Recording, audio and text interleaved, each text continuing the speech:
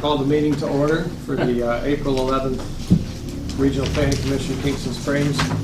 Roll call of voting members: Keith Allgood. Present. Tony Campbell. Here. Tom Cullen. Here. Bob Stoller. Here. Tony Gross. Here. Brian McCain. Here. Mike Padnode here. Glenn Remick. Here. And Chuck Slater. Here. Okay. Non-voting staff: Sharon Armstrong. Here. John Lawless. Here. Jennifer No. Here. Okay, we have a quorum. So you have the February 14th meeting minutes in your packet. Move to approve. Second. All in favor? Aye. Any opposed? Okay, so we approved the February 14th. Yes, sir? No. Did you want to read them? No. Okay. He can read. All right. So you also have in front of you today's agenda, April 11th. Move to approve. And second? Should we amend it to include Bob Stoller's name Ah, as a voting member? as amended with Bob Stoller's name. Anything else? Do we have a second? Second. Okay, all in favor? Aye. Okay, so the minutes are approved. I mean, the agenda's approved. Okay, so old business. First item, the rezone request for West Kingston Springs Road, map 96K. Sharon, is that simply just a standing item? It's a remaining? standing item. Okay, so Mr. Chairman, That's all. I communicated with Mr. Francis this week, and he's indicated he sent a letter to the Bluff La Harpeth Homeowners Association for resolution to the issue of that land still being attached to the Homeowners Association. He said he sent the letter probably 30 days ago. He's not received a response yet, and is still awaiting a response from them. I did make Mr. Francis aware that if this meeting was the 12th and the last for his current submission. So if he does approach the Planning Commission again, he will need to reapply. start from scratch. Right, so he understands. Okay, so old business item D, amendment to the existing master plan for the Golf Club of Tennessee. You'll remember some time ago, we approved, the planning commission approved the construction of a cabin on the golf club property. They have asked to move the location only. It's coming to you because it is a change to the site plan. So they're moving it to a slightly different area. It's actually further away from the floodplain area, and the drainage calculations were better on the second round for the cabin than the first. Before you is their master plan. And we asked them to include all the things they wanted or foresaw in the foreseeable future on this master plan and to present it to you. And you will see notations for proposed buildings on this master plan, which serves as their site plan. And there is a larger copy of the master plan that has folded up. It's folded up on the table. If you need a larger copy to look at, it'll be a little easier for you to see. But there are several buildings that they're proposing for future development. One of them is a future maintenance building. The one that's existing is insufficient for their needs. Another is, you can see the clubhouse. They've constructed the pavilion. The teaching facility is complete now, is it not, Mr. Hoover? There's an existing cabin. You'll see the proposed location for the cabin. You'll see a future 3-story cabin down the way. Mr. Hoover, with the chairman's permission, do you have any timeline for that construction project? We have. Okay, so it's just want to make sure it's proposed. on. Want to make sure it's on the master plan because it is in their master plan to potentially build another cabin, but just don't have the time. Thank you, sir. So with the approval of their master plan and the proposed building, that in effect approves the relocation of the cabin, because they have an existing master plan on file. All of these buildings are already on that master plan that you've heard. It's been almost 2 years now. And the only change to it tonight is relocating the new cabin. How far is that relocation in distance, Mr. Hoover? It was about 60, 70 feet. So it's a relocation to a more preferable spot with better drainage access. So with the approval of their master plan change, that in effect approves the relocation of the cabin. Okay, so do we have a motion to approve the amendment of the existing master plan for the Golf Club of Tennessee as provided in this packet? So moved. Second. Okay, any discussion? The existing maintenance building, is that to be torn down, or is that just the, this in addition That to? will probably remain. Okay, so what you're speaking is in addition to. Okay, that's right. Any other questions or discussion? Oh, The maintenance. Oh, you mean this is a master one? yeah, the existing one will remain. Anything else? Any other questions or discussion? Okay, all in favor? Aye. Any opposed? Okay, so the amendment passes. Thank you. If you want to leave, Jeff, yeah, okay. So new business, the plat revision, lot combined, 1054 and 1060 Storm Lake Drive. Took all of them to come here and do that. Tell Dan Barge we're paying. I'll do that, Mr. Chairman. Took all of us to approve it. I might. That's true, Jim Mario. Took all of us to approve it, might as well take two of them to be here. Sometimes I wonder about it. You also have in front of you a submission for a lot unsubdivided. The owner would like to combine two lots into one on Thornblade Drive. They have identified two soil areas. There are no issues with the plat. It does meet all the requirements for subdivision. It is not a division, it is a revision to an existing plat. We will then renumber with approval from the planning commission of this plat. The lots that are now 27 and 28 will now just become lot 27. So he's combining two lots, but he still left the two identified soil areas that were previously approved by the planning commission and by the soil scientist on the lot. So he showed everything that we needed. In your pack, you'll have a smaller version that has all of the boundary dimensions of the lot on it. All the state requires for a plat amendment is to show the divisible lines for the area.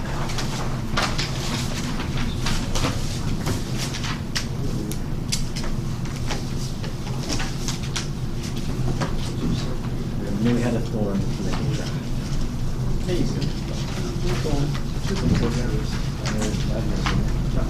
Is Keith's one? Is this Keith's one? Is this your one, Keith? No. Okay. No, these were submitted by Mr. Brackman. Davis is David Brackman is the surveyor who submitted this on behalf of the owner. I'm not even sure Luke Connor's alive. I'm not sure Luke Connor's alive anymore. Well, Jennifer, you ought to know he's one of Nashville's prominent In your, Yeah. lawyers. He remember. was. Huh? I remember. in your pack, this is the condensed version of the larger pack that shows all of the boundary lines. Our subdivision regulations don't distinguish between combining two lots and dividing two lots. So he had to submit one, and there is a large version of this with all the boundary lines and all the markings that are required for a plat within a subdivision. I think it's a wrong kind of meeting. Do you hear the gardens?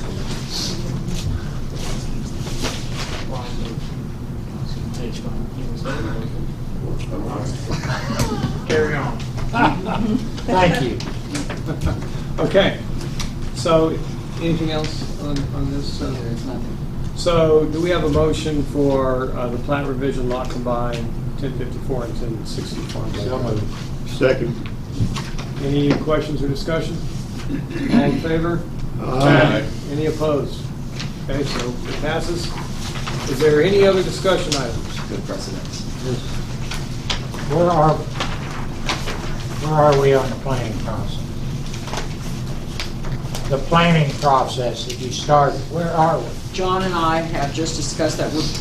John has put together two presentations. We would like to look at the third week in May or towards the end of May in order to have the first community meeting. This board will have to establish that, so John will email some dates to you. We want to make sure that everybody will be available to be able to attend.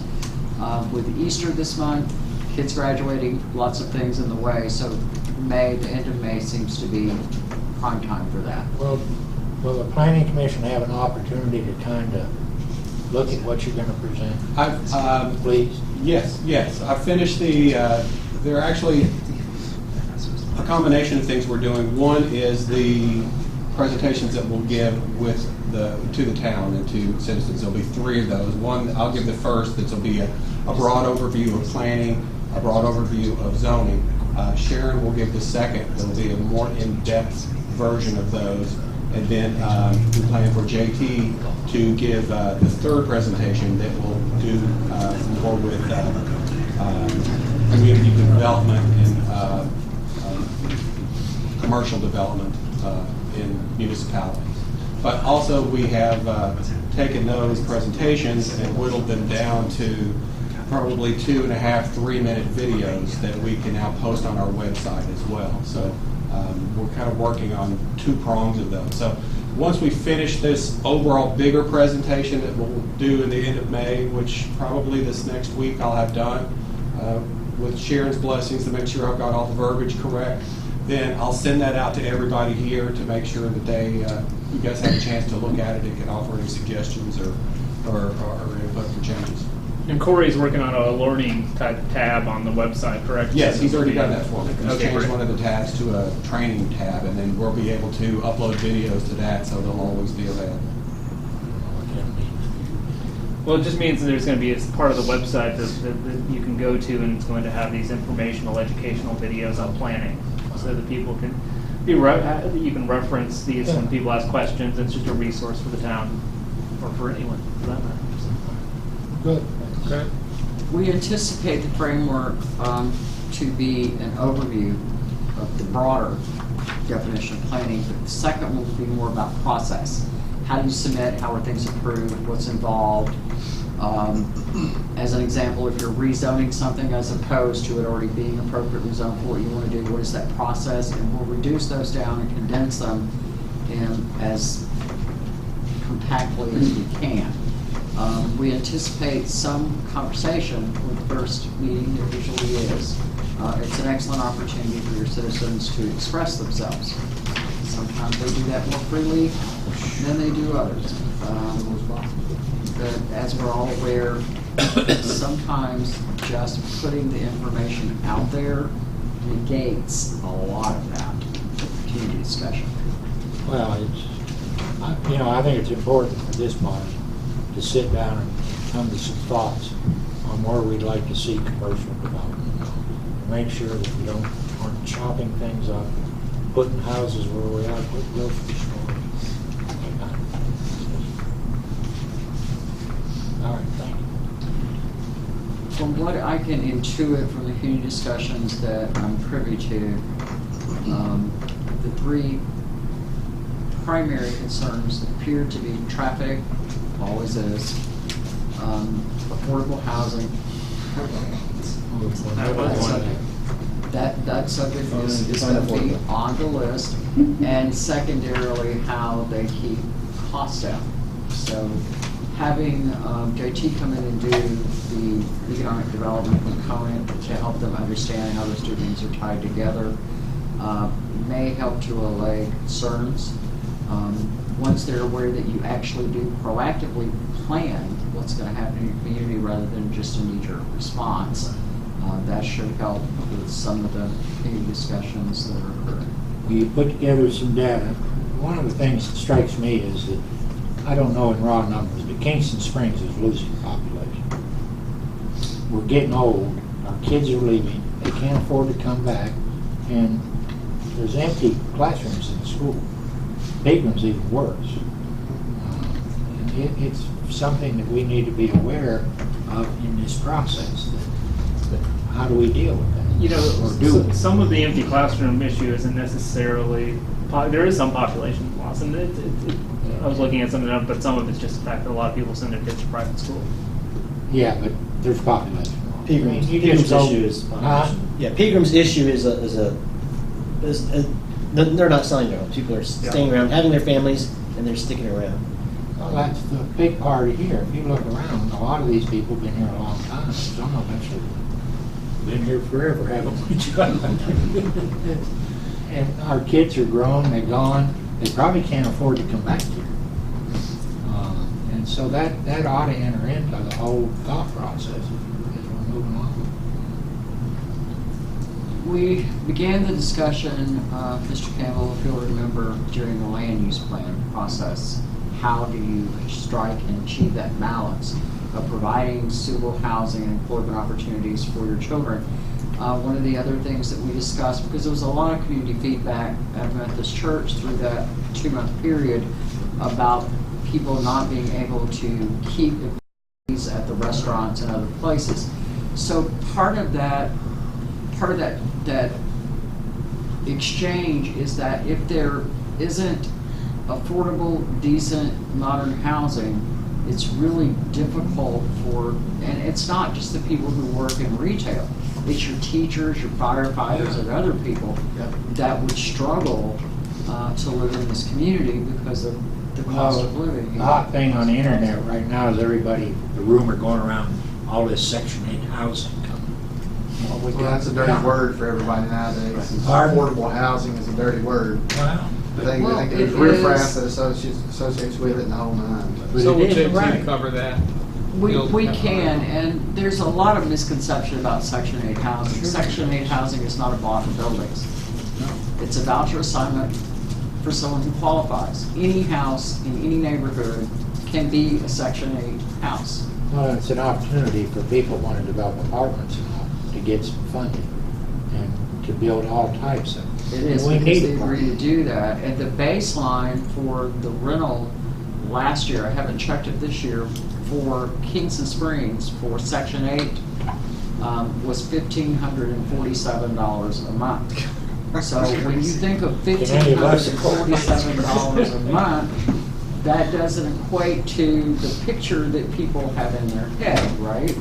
So I think that one of the things that we did successfully was start to do the overlays for PUD. There are areas within the city that would be suitable because of location, because of the lack of traffic, because, of a number of things.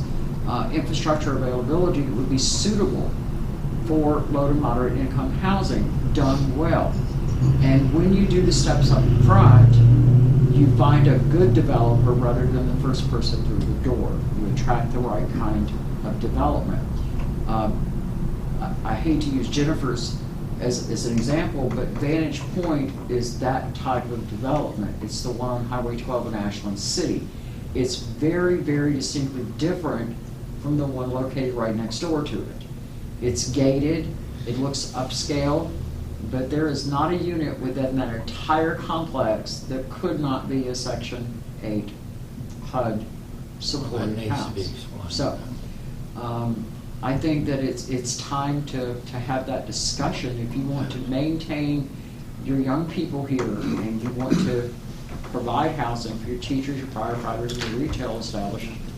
I think that this is like, when we're talking, John's doing some short videos. I think an explanation of Section 8 housing would be a very useful tool. I mean, just because I don't think anyone has any understanding. I don't know how you do it. I get frustrated with, I don't go to Facebook. I go to that neighborhood thing, and there's a lot of questions on there that would be answered real easy by calling him or one of the city committee. They could be, and I agree with that, Mr. Campbell, but I've found throughout my career that unless the Planning Commission carries 90% of the information burden to the public, you're going to have those discussions. Well, you're going to have them, but if people need to try, we need to get a message out to people that there's a phone here at City Hall, Right. and that the one that was, I noticed this week, was the trails, someplace up here, somebody's cutting trails. I suspect it's survey lines, but, it's a big deal. Years. You have to get the word I out. don't City know. Hall is approaching. City Hall is approaching. Just, that's what frustrates me is, but, well. I think this will I'd like to certainly show- help. I'm extension 8. Please let me- I know what your extension is, I call it too. I also think that With your blessing, John and I will work to put an article in the newspaper, like a series of articles. That'd Dale's be really great. effective at conveying Yeah. that information, to kind of give people a heads up what's occurring. Yeah, that's it. We did that before the List. land use plan, Phone number list. and we The packed different them at the extensions, church. Like they used to years Down the ago. street. Give you So that would be good. So You know, sometimes those little articles information can blocks about what these things actually are. convey information before. Now, you know, and the unfortunate thing, we have to be, like you said, I think the planning commission does need to take 90% of the information to people. But, you know, so the one thing I notice from some of the discussions that happen is even once that the truth of the matter is put out there, people will just completely ignore that, and they like to stick with the story that they've created in their minds. Well, once they're invested in their version of what's going on, it's really Hard hard to- to. Far more exciting, it's far more exciting. Yeah. So, The one about And all when the I say the gas planning station commission conspiracy. carries 90% of that burden, every development in the city comes through here. And obviously, we have scores of citizens who are just keenly interested in what we're doing. Yeah, we have all of 5, is generally, I think 5 views per month on planning commission and about 35 on city commissions. So that's So sometimes you can change that by changing your venue and changing the date on which it occurs. The most heavily attended meetings occurred in this town in the last decade at the school when we did land use planning and when Marion came through with the AIA process. There were hundreds of people there. We moved a location to the church to talk about land use. 150 people showed up. If we had floodplain training at the community center next to the park, and it was heavily attended. So sometimes just changing the day of the week. I'm available on Saturdays too. That don't work.